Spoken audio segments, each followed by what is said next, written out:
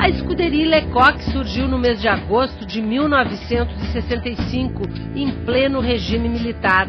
A caveira com duas tíbias cruzadas foi o símbolo escolhido pela entidade, que prestava uma homenagem ao detetive Milton Lecoq, assassinado por um bandido num morro carioca. Os seus amigos resolveram fundar uma associação para perpetuar a memória desse detetive que foi assassinado. A caveira com as duas tíbias passou a representar o poder e o medo. Os integrantes da entidade orgulhosamente ostentavam o símbolo que abria todas as portas. O lema da escuderia era o mesmo do Esquadrão da Morte, o de que bandido bom era bandido morto. A exemplo de outros esquadrões da morte criados durante o regime militar, a escuderia Lecoq chegou a ter 3.800 membros nos anos 90 e filiais em todo o Brasil e América Latina. A organização era basicamente formada por policiais civis e militares, mas no Espírito Santo também tinha em seus quadros autoridades do Legislativo e do Judiciário. Foi pela persistência deste delegado, ameaçado de morte e respondendo inúmeros processos para afastá-lo da investigação, que o trabalho filantrópico da escuderia foi desmascarado. Naquela época, nós pegávamos um inquérito daquele de homicídio e vimos, bem, quem que pode ter assassinado essa pessoa? Então vamos ver quem foi que investigou esse caso. Aí dizia o nome do delegado, dos policiais, e aí nós conferimos se eram associados. Aí, olha, delegado fulano, os policiais Beltrano são associados da escuderia. No Espírito Santo, a escuderia Lecoq chegou a ser formada por 1.000 associados. O grupo estava envolvido em dezenas de crimes, como tráfico de drogas, jogo do bicho, roubo de carros e assassinatos. A distorção foi tão grande que perícias passaram a ser elaboradas de forma a dar uma conclusão diferente daquilo que havia ocorrido num determinado episódio criminoso, não é? E isto ensejou a impunidade, até porque quem participava da execução era exatamente quem ia investigar o crime. Em 1991, 30 meninos de rua foram assassinados no Espírito Santo.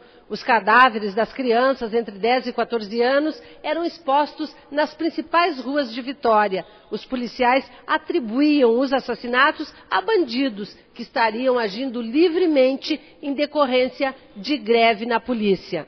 O clima ficava mais tenso, ia ficando mais tenso e os sindicalistas ameaçavam medidas mais severas contra o governo, ou seja, chegaram uma vez a invadir o departamento médico legal, a impedir o recolhimento de cadáveres. Podem imaginar uma pessoa que perde um parente e na hora de enterrar o seu morto, o cadáver não foi recolhido, o cadáver está sendo devorado por urubus na rua. Né? É uma coisa assim muito triste e vergonhosa.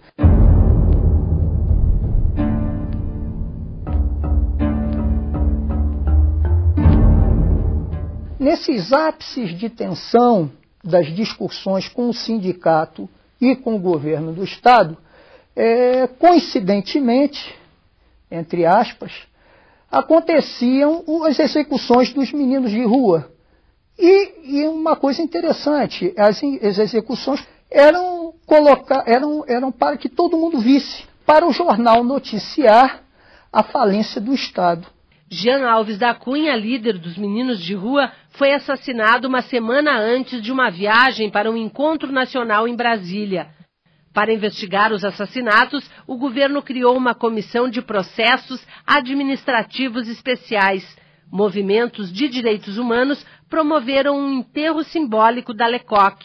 Em setembro de 1996, o Ministério Público Federal entrou com uma ação na Justiça pedindo a extinção da escuderia. Nós ajuizamos a ação de dissolução da escuderia Lecoq com um objetivo.